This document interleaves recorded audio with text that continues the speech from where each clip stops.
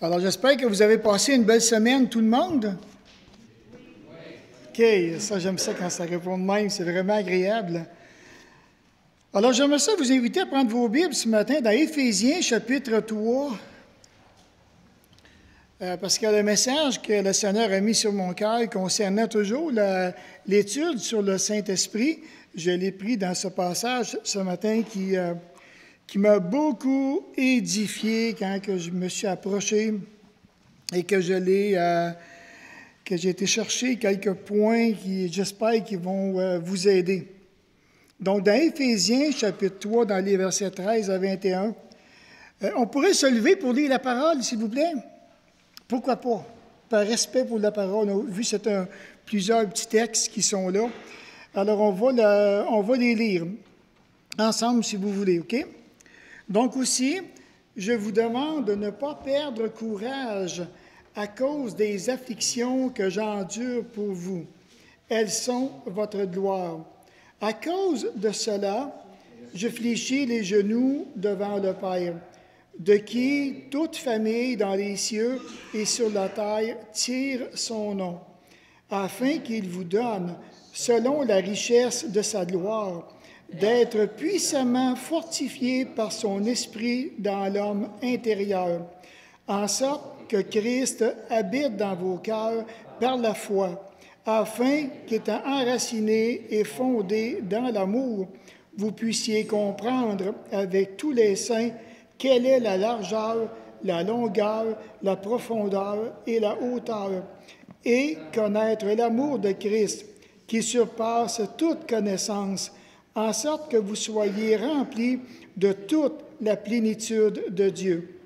Or, à celui qui peut faire, par la puissance qui agit en nous, infiniment au-delà de tout ce que nous demandons ou pensons. À lui soit la gloire dans l'Église et en Jésus-Christ, dans toutes les générations, au siècle des siècles. Amen. Alors, encore une fois, Père Céleste, on vient devant toi afin que tu puisses vraiment ouvrir notre cœur à ta parole. Et qu'est-ce qu'à travers tout ça aussi, qu'est-ce que ton bon Saint-Esprit puisse nous prendre là où nous sommes et qu'est-ce que tu puisses réellement nous amener encore de plus en plus loin afin que l'on vive réellement ces versets, ces vérités que nous venons de lire en ta présence. Merci encore, mon Père, de tout ce que tu vas faire dans le secret de nos cœurs. Nous te bénissons en ces mêmes instants au nom de Jésus. Amen. OK, veuillez vous asseoir.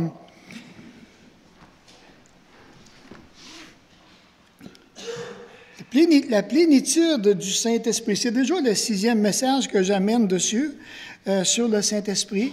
Et vous êtes toujours encouragés, si des fois que vous aimeriez comme revoir les vérités concernant le Saint-Esprit, mais vous êtes encouragés à aller sur notre site web, que notre frère, semaine après semaine, qui met ça sur notre site fidèlement. Il ne lâche pas, il persévère. C'est vraiment, je l'encourage encore. Un ministère vraiment précieux pour la simple raison que je me rends compte qu'il y en a on a des visiteurs qui visitent le site. Et le Saint-Esprit prend tout ça dans le but d'édifier le corps de Christ. Donc, la plénitude du Saint-Esprit.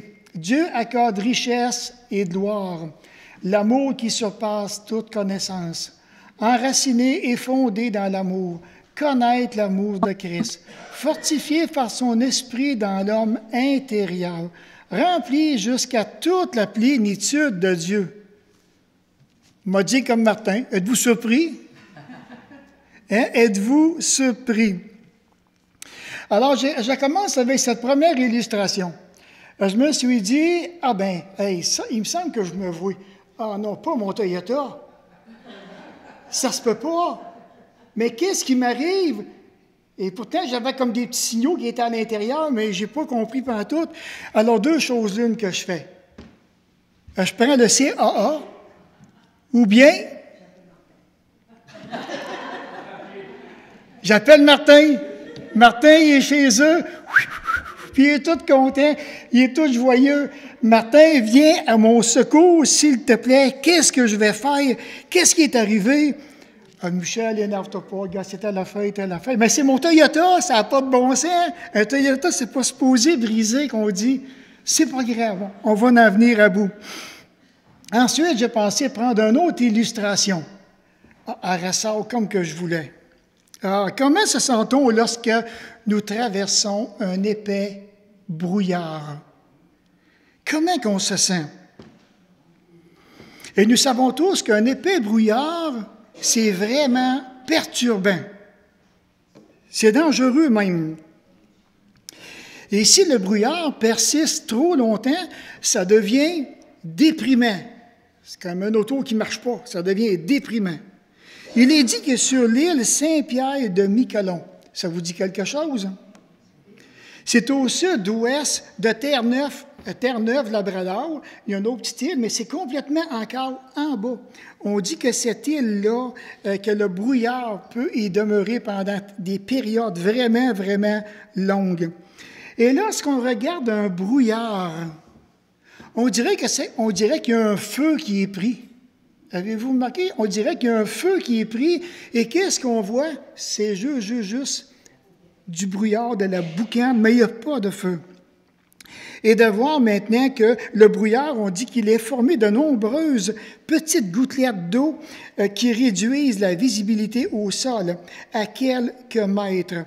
Et de voir que ce brouillard-là, il est tellement intense, tellement épais, qu'il va toucher l'asphalte, le sol.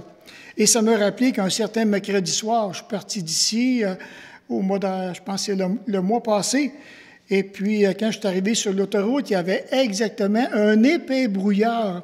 Et là, mais je maintenais la vitesse à 100 km. Tu dis, il n'y a pas de problème, tout le monde avance. Mais à un moment donné, j'ai dit, Seigneur, je m'en vais modérer. Je ne sais pas qu'est-ce qu'il y a en avant de moi. J'ai dit, si. Il est descendu à 50 km. La seule chose que je voyais, c'était ma ligne blanche sur le bord de la route du côté droit pour me guider. C'est la seule chose que je voyais et j'ai descendu même à 30 km. Et ça me fait penser que des fois, même l'hiver, on peut faire face à un blizzard. Je ne sais pas si ça vous est déjà arrivé, tu t'en vas sur la route et tout d'un coup, tu te sens comme enveloppé dans un nuage de neige, de vent, et tu ne vois plus absolument rien. Mais aussi, il y a ce que j'appellerais donc le brouillard spirituel, dans lequel nous pouvons être plongés, chacun de nous. Je ne sais pas si ça vous est déjà arrivé de vivre des périodes de brouillard dans le cœur. Le plus important, on dit que c'est de ne pas s'arrêter lorsqu'on vit des brouillards spirituels. Il y a une seule chose sur laquelle on devrait être réellement certain, c'est qu'un jour, ce brouillard-là qui m'empêche de voir ou d'avancer, un jour, il va s'élever. Et je serai capable, enfin, d'avancer. Et une chose qui va être vraiment réconciliante, c'est que vous allez réaliser que vous avez continué dans la bonne direction. Et lorsque le beau temps viendra, mais c'est certain que là, maintenant que le brouillard va se dissiper, et là, vous allez être content, dans le fond, d'avoir persévéré et d'avoir continué. C'est certain que les périodes de brouillard, on est conscient que ça l'amène de l'insécurité. Pour moi, personnellement, que ce soit le blizzard, que ce soit le brouillard spirituel ou le brouillard lui-même, ça l'amène vraiment des périodes d'insécurité. Mais c'est là que la foi est éprouvée. Alors, qu'est-ce qu'on fait dans des brouillards spirituels lorsque la foi est éprouvée? Il y a une chose auquel on doit être conscient. Dieu m'accompagne. Le Seigneur est là. Il est réellement avec moi. Alors, ceci maintenant m'amène à vous parler, je vous dirais, sur le point de mon message de ce matin. Vous savez, il est possible de savoir beaucoup de choses concernant la Bible, concernant ses doctrines, concernant son interprétation, concernant aussi ses normes morales, ses promesses, ses avertissements, ses encouragements. Ah, c'est possible que je sache énormément, beaucoup de choses concernant la parole, mais de ne pas vivre selon les vérités qui sont écrites. C'est juste intellectuel. Je sais que je dois pardonner. Ah, c'est beau le pardon. J'ai été pardonné. Jésus-Christ m'a pardonné. Mais moi, pardonner, Il y en a qui vont avoir de la difficulté à l'appliquer dans leur propre vie. Ou bien maintenant, on va s'accrocher aux espérances de la parole de Jésus-Christ. Jésus revient bientôt. On est tous conscients de ça, que Jésus revient bientôt. Et de voir que si j'ai la conviction personnelle que Jésus revient bientôt, comment devrais-je enligner ma vie avec le retour du Seigneur Jésus-Christ? Alors, la question que j'ai à vous poser ce matin, c'est est-ce que vraiment que nous sommes bien connectés à la puissance de Dieu? Est-ce qu'on est réellement bien connecté à cette grande puissance du Saint-Esprit? Quand on regarde dans Éphésiens 3, ce qu'on est en train de mettre tantôt, ce qu'on a partagé ensemble, on voit un homme qui est rempli d'une puissance qui est vraiment merveilleuse. Un homme qui est joyeux, un homme qui semble, comme on dirait, au-dessus réellement de tous les chrétiens de son époque. On est en présence d'un fondateur d'Église. Puis on est en train de regarder un homme qui semble démontrer vraiment des belles valeurs sur le plan spirituel, des belles qualités sur le plan spirituel. En fait, je vous dirais un modèle. L'apôtre Paul, un modèle. Et ça, maintenant, on doit maintenant regarder, on voit un homme de relation très, très étroite avec Dieu. Un homme qui va fléchir le genou, un homme qui va prier, qui va entrer dans la présence de Dieu, qui va goûter au Seigneur Jésus-Christ. Et au fur et à mesure qu'il va avancer, on voit un homme qui va porter du fruit, un homme qui se dit un modèle, un homme qui va encourager les églises. Regardez ce qui est bien en moi et imitez-le. Soyez mes imitateurs dans Éphésiens 5 qui dit. Waouh, c'est quelque chose. Qui parmi nous n'aurait pas besoin de modèle ou bien d'imitateur? Un homme qui vivait passionnément ce qu'il disait et le mettait en pratique. C'était pas juste intellectuel. Il faisait pas juste de garocher ou bien d'exposer des vérités. Ces vérités-là étaient présentes dans sa vie personnelle. Connecter avec le livre, c'est quelque chose.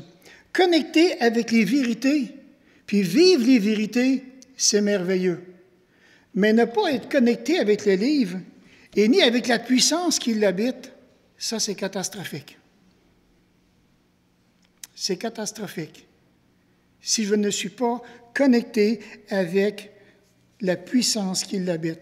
Alors, l'apôtre Paul commence en disant, donc, certains chrétiens qui sont sur le point, je dirais, de se décourager, et comme il dit au verset 13, « Ainsi, je vous demande de ne pas perdre courage à cause des afflictions que j'endure pour vous, car elles sont votre gloire. » Et l'adverbe « ainsi », monsieur dit, qu'est-ce que ça veut dire « ainsi » ? On dit que c'est un adverbe de comparaison. Courage, affliction. Courage, pendant le temps qu'il y en a un autre qui vit des afflictions. Alors, je me suis dit, probablement que l'apôtre Paul a eu certains échos de certains chrétiens qui commençaient à se décourager de voir de qu'est-ce que Paul était en train de vivre et de voir que l'apôtre Paul s'empresse maintenant d'écrire parce que plusieurs étaient affectés de qu'est-ce que Paul vivait. Et je crois maintenant que la raison de cet encouragement-là, que Paul veut vraiment fortifier les chrétiens, encore même malgré les afflictions auxquelles que Paul est en train de vivre, et désire que ceux-ci soient ses imitateurs. Mais avant de parler du courage, il faut parler du découragement. Quelles sont les raisons pour lesquelles les chrétiens se découragent? Quelle est la source de ce découragement? Tantôt pour Paul, je vais le mentionner. Pourquoi maintenant vouloir tout abandonner? Peut-être qu'il y a des gens dans cette Église qui sont sur le point en train de se laisser vaciller d'un côté à l'autre. Bon, je ne sais pas si je devrais y aller un matin, ça me tente d'y aller, ça ne me tente pas d'y aller. M'engager, je ne sais pas si je devrais m'engager. Et tranquillement, le découragement commence à gagner, à prendre de plus en plus du terrain dans les cœurs. Alors imaginez une Église qui va dans le découragement. Ça ne serait pas joyeux du tout.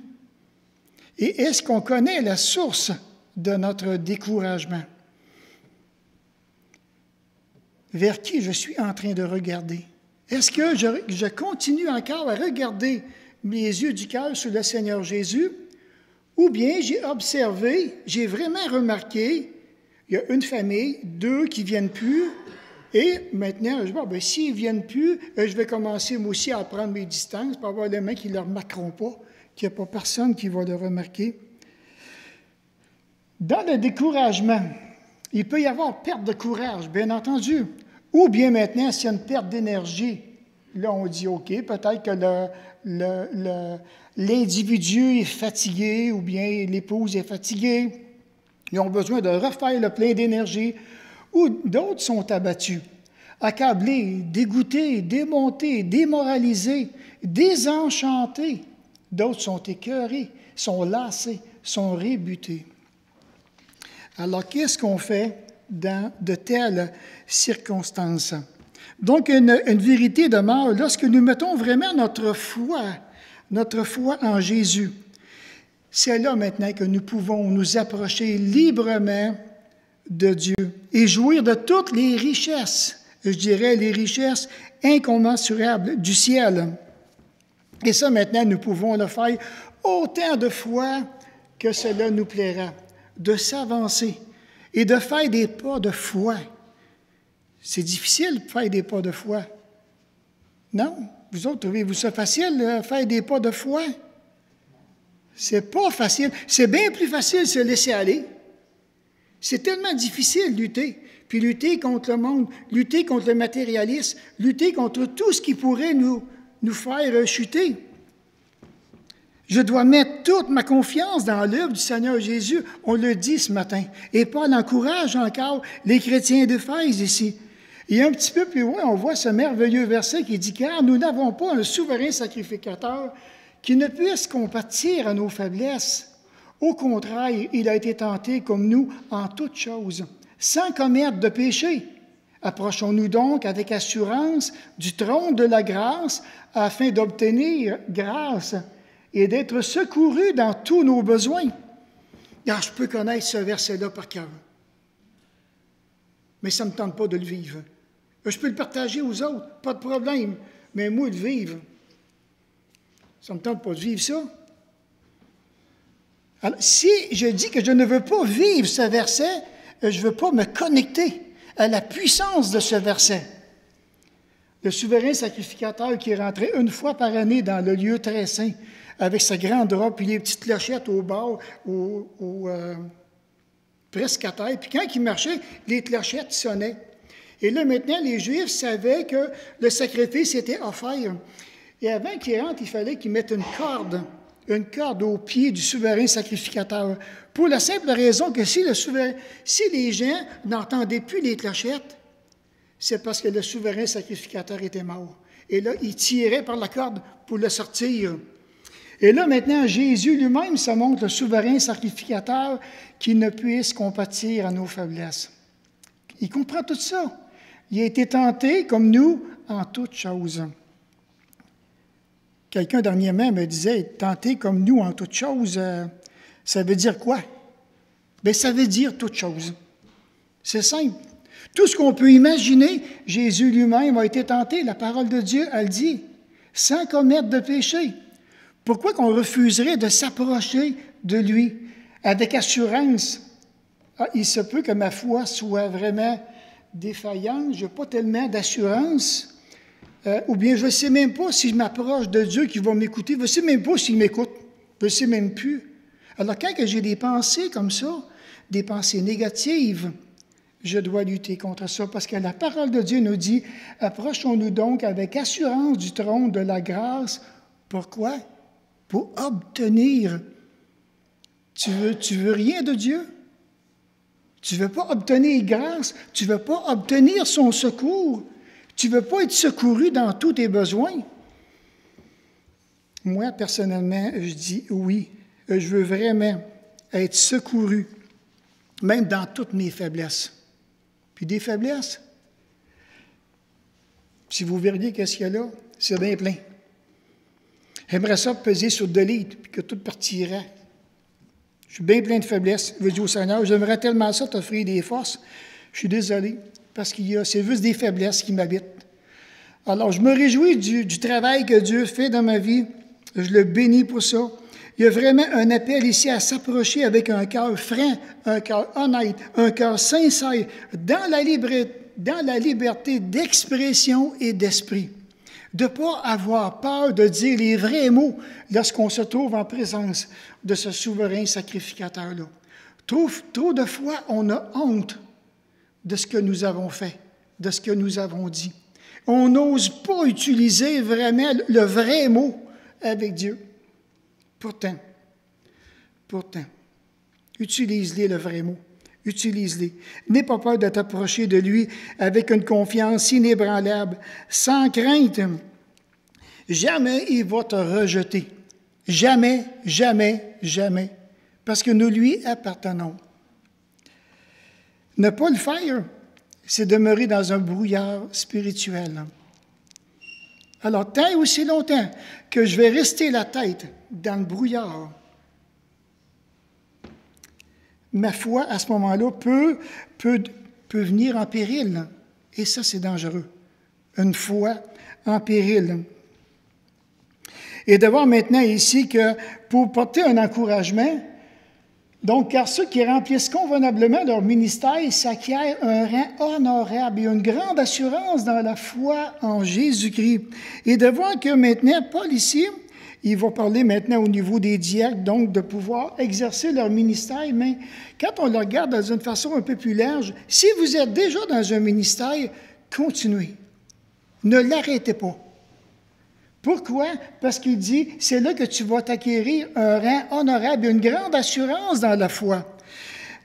J'aurais une question à te poser ce matin. Est-ce que tu désires réellement être un modèle dans cette Église, un modèle dans ton foyer, un modèle auprès de tes enfants? À moins que la foi soit vraiment défaillante. La semaine passée, je vous partageais cette question. Puis je vous disais, avez-vous confiance dans les desseins de Dieu à votre égard?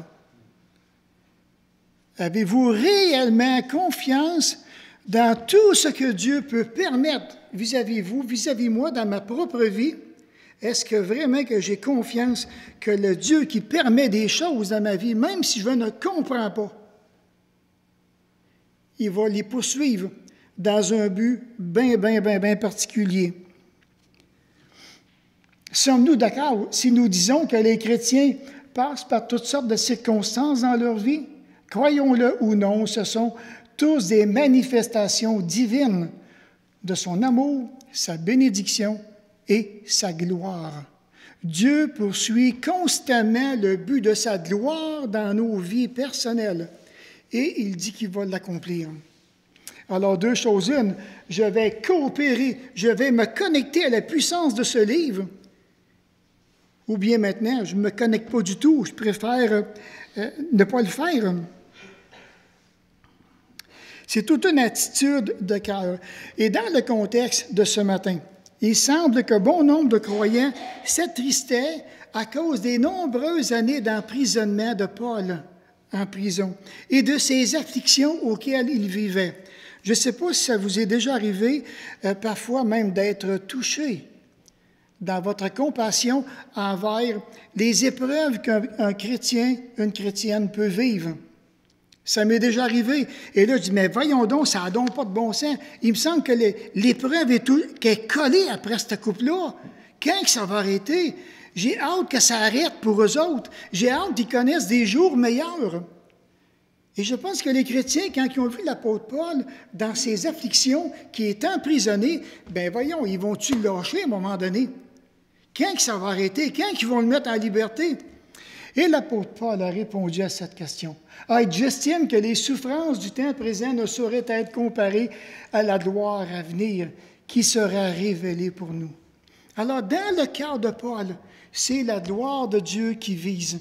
Alors, les épreuves que je suis en train de vivre, les afflictions que vous voyez auxquelles je suis exposé, ils ne sont rien à comparer à la gloire à venir. Et ça, c'est vraiment, vraiment encourageant. Et de voir que, et j'aime parce que Paul, quand il prie, si vous ne savez pas, pourquoi prier pour quelqu'un dans l'Église? Ah, bien, qu'est-ce que je devrais lui demander? Je ne sais pas du tout, j'en ai aucune idée. Il ne m'a rien partagé. Voilà ce qu'il dit. Et ça, j'ai fait un petit peu le résumé du chapitre. Il dit, Paul demande que les chrétiens d'Éphèse soient fortifiés intérieurement par l'Esprit, que Christ habite dans leur cœur, que l'amour incompréhensible de Dieu les remplisse et par-dessus tout cela, qu'ils soient remplis de toute la plénitude de Dieu et que tout cela manifeste et proclame la gloire de Dieu.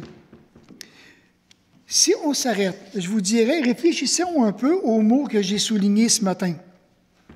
Fortifié, intérieurement, l'esprit, Christ habite, le cœur, l'amour, qu'il remplisse et par-dessus tout, qu'il soit rempli de toute la plénitude de Dieu.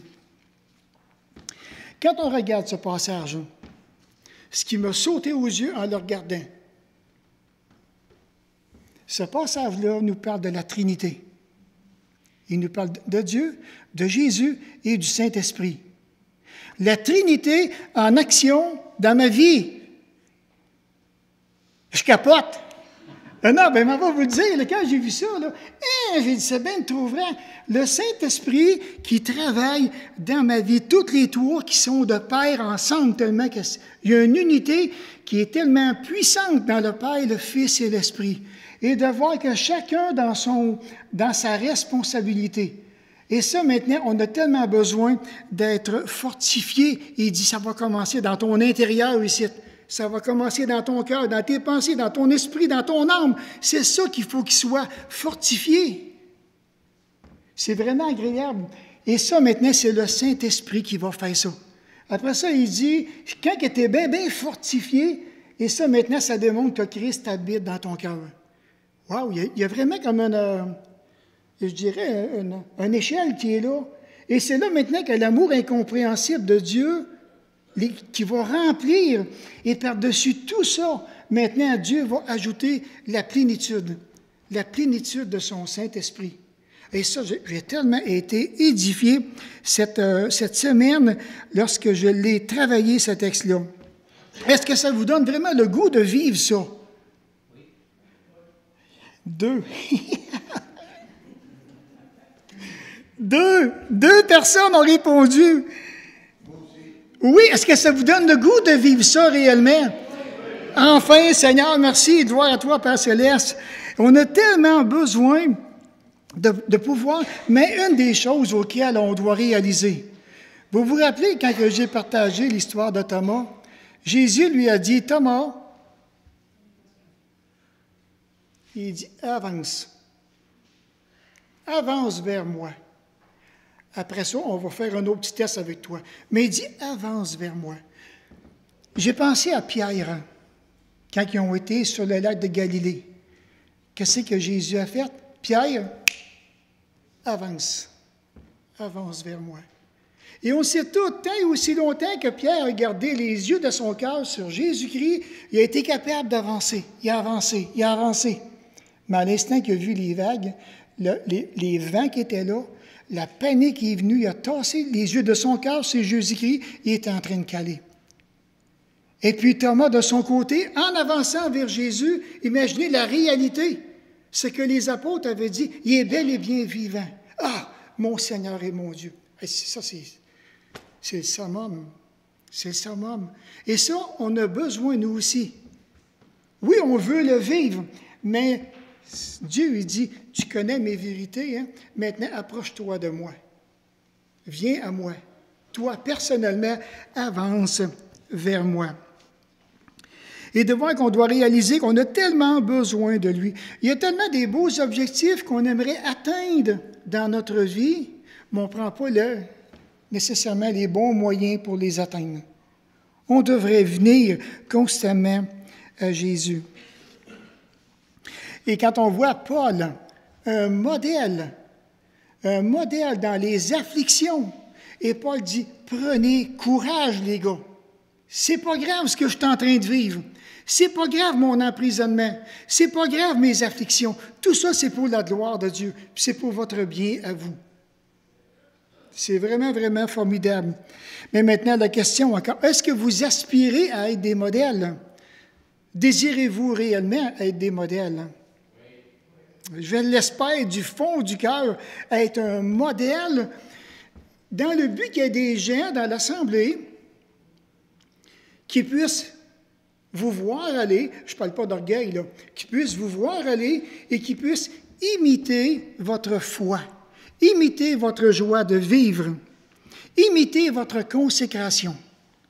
J'ai eu affaire à imiter quelqu'un aussi au début de ma vie chrétienne. J'ai pris le temps de le regarder aller. Je ne savais pas comment que la vie chrétienne fonctionnait. Et le Saint-Esprit a posé les yeux sur un homme dans l'Assemblée, et même deux. Et là, j'ai commencé à les regarder aller. Puis ces gars-là, ils ne savent même pas, hein? Je ne les ai jamais dit. Mais à un moment donné, juste par leur exemple qui ont démontré leur persévérance, leur fidélité, ça m'a encouragé. Et je l'ai fait. Ça a été des bons modèles. Je lui dois vraiment une fière chandelle. C'est toujours une question de disposition de cœur. Alors, si je désire être un modèle, je dois comprendre que la parole me demande d'être un modèle selon la parole, selon ce que Dieu aimerait vraiment, quelle sorte de modèle que Dieu veut que je sois dans cette assemblée. Et il va le faire. La présence de Christ dans notre vie, c'est là à ce moment-là que ça va devenir visible, pratiquement palpable. Et c'est là qu'on va voir l'amour de Dieu qui va grandir de plus en plus. Et comme le verset le dit, c'est là que Dieu va nous remplir de toute sa plénitude. Être des modèles de foi, d'obéissance, d'humilité, modèles de soumission. Il y a toutes sortes de beaux modèles.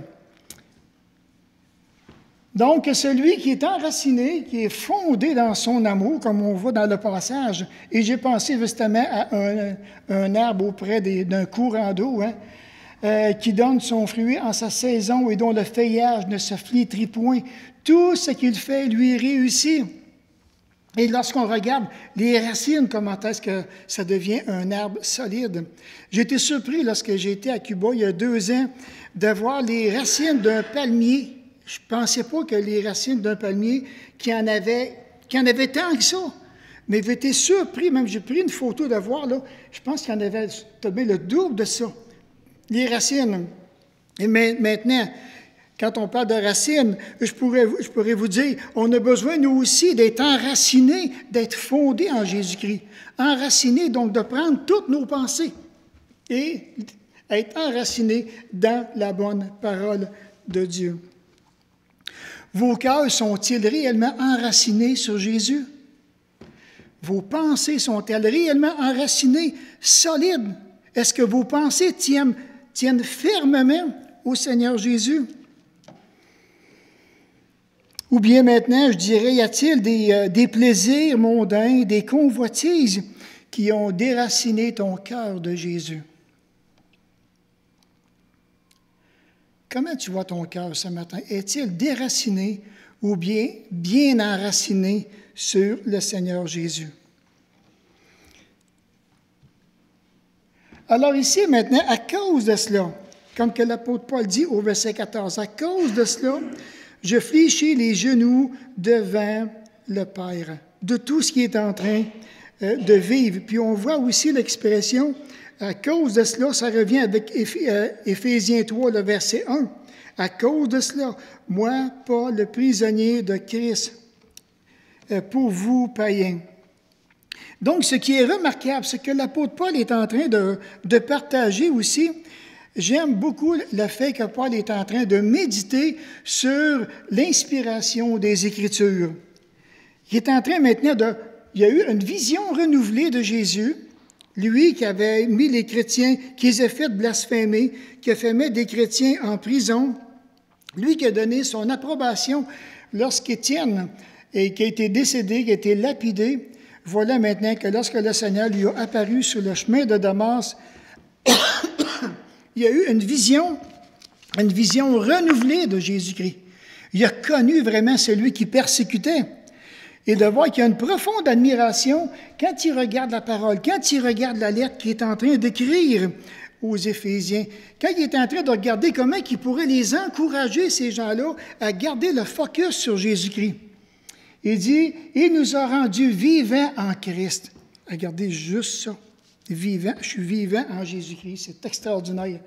En plus, mais nous sommes son ouvrage ayant été créé pour de bonnes œuvres que Dieu a préparées d'avance afin que nous les pratiquions. Nous sommes les concitoyens des saints gens de Dieu. Un matin, Martin il a lu 2,18, moi c'est à 2,19, juste un petit peu plus bas. Les concitoyens des saints, donc des gens de la maison de Dieu, nous sommes édifiés sur le fondement des apôtres, des prophètes. Nous sommes édifiés pour être une habitation de Dieu en esprit. Et de voir que lorsqu'on regarde, c'est la beauté de ces versets-là. Quand on regarde comment est-ce que c'est vraiment édifiant, et c'est ça qui encourage l'apôtre Paul, puis qui revient un petit peu plus loin dans le chapitre 3, dans le verset 14, 13, en disant « Prenez courage, regardez comment est-ce que nous sommes édifiés. » Juste le fait qu'il nous a rendus vivants en Christ, prenez courage, les frères. Et de voir que les Éphésiens utilisent la puissance que leur union leur confère. Le but de tout ça. La puissance de Dieu est en eux. Et il demande au Père que se manifeste l'énergie illimitée qu'ils reçoivent de lui. Vous avez accepté le Seigneur Jésus-Christ, il habite en vous, vous avez reçu le Saint-Esprit, vous avez et nous avons une puissance illimitée. Croyez-vous ça? C'est illimité, les amis. Et quand on y pense, une puissance illimitée qu'on a reçue, et ça, c'est la Père qui nous donne cette puissance-là. Et cette puissance-là, elle est reliée à notre union avec Jésus-Christ. Il m'a uni à Jésus-Christ, ce qui donne pour conséquence une puissance illimitée. Dans un homme aussi limité que moi, c'est extraordinaire. C'est extraordinaire ce que Dieu fait, la puissance qui nous habite. Et cette puissance-là, on peut tellement l'arrêter. Bien entendu que ce passage souligne l'importance, comme je vous disais, d'être en union étroite avec Jésus-Christ. Je me dois d'être en union étroite. Et toute cette beauté de cette union-là est étroitement reliée à notre foi. C'est important, c'est un tout.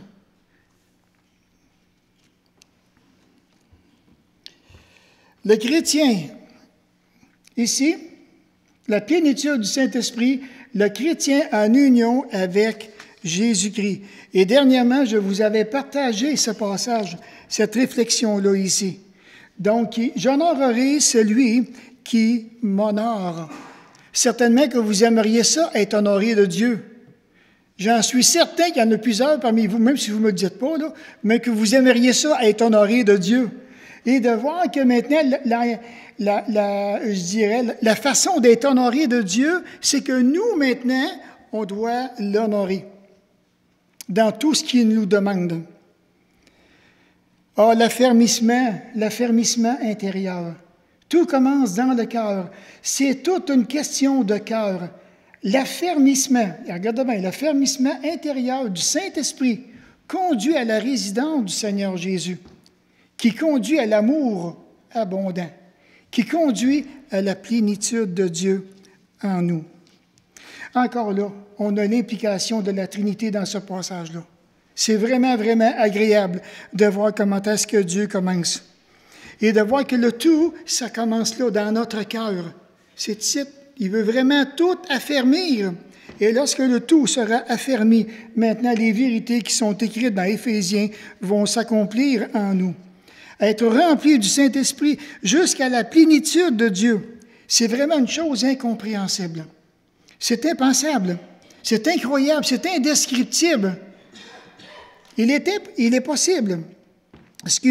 impossible d'en saisir tout le sens spirituel et tellement que c'est profond ce que Dieu aimerait nous faire vivre sur le plan personnel. Et tout ça, c'est accessible par la puissance illimitée, par notre union et par notre foi. Et nous ne pouvons que l'accepter et rendre gloire à Dieu. Une histoire que j'aimerais vous partager, que j'ai trouvée, c'est quelqu'un qui raconte ça, puis j'ai été vraiment touché. Mais il dit, je suis arrivé au terminus ferroviaire de la Pennsylvanie comme un vagabond. Et pendant 1 an, j'ai vécu de mendicité. Un jour, j'ai touché un homme à l'épaule et je lui ai dit, « Dites-moi, monsieur, il dit, vous n'auriez pas 10 sous? » Mais aussitôt que j'ai vu son visage, j'ai été frappé par la stupeur en constatant que c'était mon propre père. J'ai dit, « Papa, papa, me reconnais-tu? » Il m'a entouré de ses bras et m'a dit, « Oh, mon fils, je t'ai enfin trouvé, je t'ai retrouvé. Tu veux 10 sous? » C'est un 10 avec un X, et j'ai mis avec un S, je m'excuse, mais c'est un X. Hein? Vous ne l'aviez pas vu, hein? OK. Mais tout ce que j'ai est à toi. Imaginez ça. Il dit, j'étais un vagabond, j'ai mendié 10 sous à mon père alors qu'il me cherchait depuis 18 ans pour me donner tout ce qu'il avait. Wow! Réalisez-vous la profondeur de ce que Dieu aimerait nous donner? Être rempli, c'est bien simple, ça veut dire rempli jusqu'au bas. Il veut que la coupe du cœur déborde. Et cela sous-entend, on dit que, bon, celui, par exemple, qui est rempli de rage, il est complètement dominé par la rage. Celui qui est rempli de haine, il est complètement dominé par la haine. Celui qui est rempli qui est amer, il est complètement dominé par l'amertume. Celui qui est rempli de péché est complètement dominé par le péché. Être rempli du Saint-Esprit jusqu'à toute la plénitude de Dieu signifie être totalement dominé par lui, sans rien soustraire à cette domination pour le moi ou le vieil homme. Être rempli de Dieu, c'est d'être vidé de soi-même. Ce n'est pas d'être rempli de Dieu et un peu de nous-mêmes. C'est entièrement de Dieu et de Dieu seul. Ici maintenant, or à celui qui peut, il dit, et lorsque le Saint-Esprit nous a fortifiés, que Christ nous habite, que Dieu nous remplit de sa plénitude, de sa propre plénitude, c'est là qu'il peut faire infiniment au-delà de tout ce que nous pensons et même demandons. Si ces conditions sont bel et bien remplies, Dieu est limité dans ce qu'il peut faire en nous lorsqu'elles le sont, lorsqu'elles le sont, voyons, moi tu le dis, lorsqu'elles le sont, les possibilités sont illimitées. Alors oui, c'est ça. On voudrait que Dieu travaille, mais le problème, c'est moi-même. C'est moi-même le problème. C'est pour ça que Jésus disait, en vérité, je vous le dis, celui qui croit en moi fera de plus grandes œuvres que je fais. Il en fera de plus grandes parce que je m'en vais au Père. Et tout ce que je vous demanderai en mon nom, je le ferai, afin que le Père soit glorifié dans le Fils. Si vous demandez quelque chose en mon nom, je le ferai. J'ai trouvé ça tellement beau, encore, j'ai été touché par la participation de la Trinité. Le Saint-Esprit a été envoyé pour glorifier Jésus-Christ. Puis regardez ce qu'il dit ici. « Je le ferai afin que le Père soit glorifié dans le Fils. » La façon dont le Père est glorifié, c'est par Jésus, puis Jésus est glorifié par l'Esprit. C'est vraiment, vraiment agréable. Il n'y a aucun doute pour le croyant que Dieu peut faire au-delà de tout ce que nous pouvons penser et même demander. Mais trop peu de chrétiens ont la joie de le voir agir ainsi dans leur vie pour la simple raison qu'ils n'acceptent pas la progression de la transformation que Dieu veut faire en eux par ces versets-là. Dieu veut faire une transformation dans ta vie. Il veut en faire une dans ma vie. Le problème, on n'est pas prêt à l'accepter. C'est inimaginable tout ce que Dieu aimerait nous donner. C'est inimaginable. Je me suis arrêté à ça, puis j'ai dit au Seigneur, j'ai dit, puis en même temps, j'aimerais ça que vous puissiez faire l'exercice cette semaine, si vous voulez le faire. Y a-t-il des choses dans ma vie, dans ma famille, que tu as fait au-delà de tout ce que j'ai pu penser et même demander? Je suis arrêté. Il m'est venu des choses. Je ne m'étais jamais arrêté à ça. Je vous dirais, quand je me suis marié,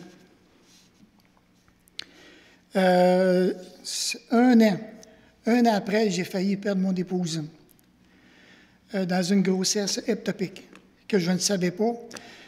Et les événements sont arrivés tellement bizarres. Ce soir-là, je partais pour aller m'entraîner, puis j'avais oublié mon portefeuille à la maison. Puis à l'époque, mais je me donnais 25 piastres par semaine pendant un mois, et toute mon année était payée. Et quand je suis rentré dans la maison, mon épouse était en souffrance, et puis j'ai dit, on ne peut pas rester de même. J'ai dit, on va aller à l'hôpital, viens-t'en. Et sans le savoir, mais elle avait déjà 3 pintes de sang en hémorragie. Elle était à 1500 cc de sang qu'ils ont enlevé. Puis le médecin, il dit, si tu ne serais pas venu, ton épouse, tu l'aurais trouvée décédée à tes côtés le lendemain. Est-ce que Dieu a répondu au-delà de ce que j'ai pensé puis demandé? Oui. Ensuite, j'ai pensé à ma fille lorsqu'elle a fait une grossesse au niveau de la préclampsie. Je travaillais chez Pordin Bouchard à l'époque, et puis elle a monté à l'hôpital, puis on la voyait enfler, mais qu'est-ce qu'elle a? D'où ça part? Elle va-tu éclater? Ça n'a pas de bon sens. Puis ma fille me disait elle-même, quand ils l'ont piquée pour l'endormir, pour aller chercher Léane aujourd'hui, elle dit, papa, j'entendais l'infirmière qui disait, on va la perdre. Et moi, j'étais en prière à ce moment-là, puis je disais au Seigneur, mais je ne comprends pas en tout qu'est-ce qui arrive, voyons, c'est quoi cette affaire-là? Puis je demandais vraiment la grâce de Dieu à travers tout ça, et Dieu a béni. Est-ce que Dieu a répondu au-delà de ce que j'avais demandé et pensé? Oui. Quand que mon épouse a été, quand elle a passé par la grossesse ectopique, ils ont enlevé un ovaire, ils ont enlevé une trompe, puis ils ont enlevé le câble de l'autre ovaire, et c'était même pas parallèle, c'était croisé. Donc, je dirais comme la trompe droite avec l'ovaire gauche. Puis le médecin, il dit, Michel, il dit, médicalement parlant, il dit, vous ne devriez pas avoir d'enfant. Bon, c'est correct. Et si on n'a pas pour en avoir, j'en aurai pas. On va arrêter ça là. Et puis, ça a pris 5 ans avant que je le dise à mon épouse, quand elle a tombé enceinte de Peggy, puis qu'on l'a eu. Fait que là, imaginez la reconnaissance que j'avais dans le cœur. On n'était pas supposé en avoir. Et Dieu, est-ce qu'il a répondu au-delà de ce que j'avais demandé et pensé? Et oui. Ensuite, on a eu la naissance de Jimmy, puis on en a perdu un autre. Regardez, par exemple, quand je pense à quand j'ai été malade, le cancer, est-ce que j'aurais pensé au tout début m'en sortir? Le Seigneur a béni à travers tout ça. Il a répondu au-delà. Puis un matin, en repassant mon message, je me disais, mais Caroline, Seigneur, il y en a déjà 3 dans notre famille qu'on a passé. Moi, le cancer, ma fille, mon épouse qui a manqué mourir, ma fille aussi. Puis on est encore toutes là. Comment pensez-vous que je suis reconnaissant dans le cœur? Hein? Quand que je vois toutes ces belles vérités-là qui sont là, que Dieu peut faire infiniment au-delà de ce que je peux penser et même demander, pensez-vous que ça ne m'encourage pas? Et ça, c'est à part des choses que je ne vois pas qu'il fait dans le ministère. Un matin, je m'arrêtais, je dis, Seigneur, qu'est-ce que tu fais dans le ministère? J'aimerais ça voir des choses.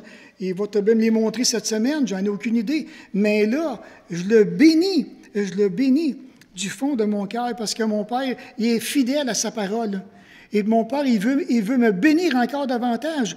Et tous les matins, quand que je rencontre le Seigneur avec mon épouse, je le demande tout le temps au Seigneur. Tout le temps.